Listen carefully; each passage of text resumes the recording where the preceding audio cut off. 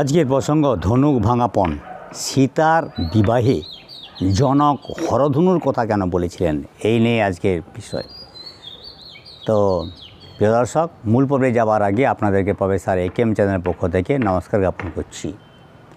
ব্রহ্মযজ্ঞ হচ্ছিল, সমস্ত দেবতারা উপস্থিত। সেখান থেকে এই যজ্ঞ থেকে 24.5 হাত বাঁশ একটি উঠেছিল। এই 24.5 হাত বাঁশের মধ্যে 9 হাত বাঁশ ব্রহ্মার জন্য নির্দিষ্ট হলো, যেখান থেকে সারঙ্গধনু তৈরি হলো। আর 5 হাত বাঁশ শিবের জন্য রাখা হলো, যেখান থেকে কোদণ্ড ধনু তৈরি হলো। আর 7 হাত বাঁশ ইন্দ্রের জন্য রাখা হলো, যেখান থেকে জয়ন্ত ধনুক তৈরি হলো। আর 3 হাত বাঁশ রেখে দেওয়া হলো অর্জুনের জন্য, যেখান থেকে তৈরি হলো গান্ডীব। আর এই আধ হাত বাঁশ দিয়ে তৈরি হলো কৃষ্ণের বাঁশি মুরলী।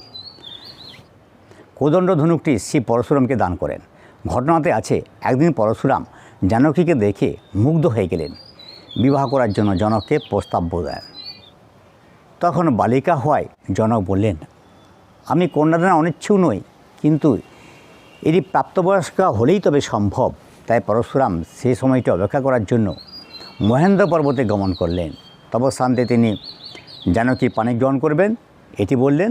এটাও বললেন, যদি তার কন্যার বিবাহকাল উপস্থিত হওয়া সত্ত্বেও তিনি না আসেন, তখন তিনি যজ্ঞপত্রে যেন তার কন্যাকে সমর্পণ করেন। তবে যিনি এই হরধনুতে যা পড়াতে পারবেন তাকেই যেন সমর্পণ করেন। পরে সীতার স্বয়ম্বর সভাতে পরশুরাম উপস্থিত ছিলেন না।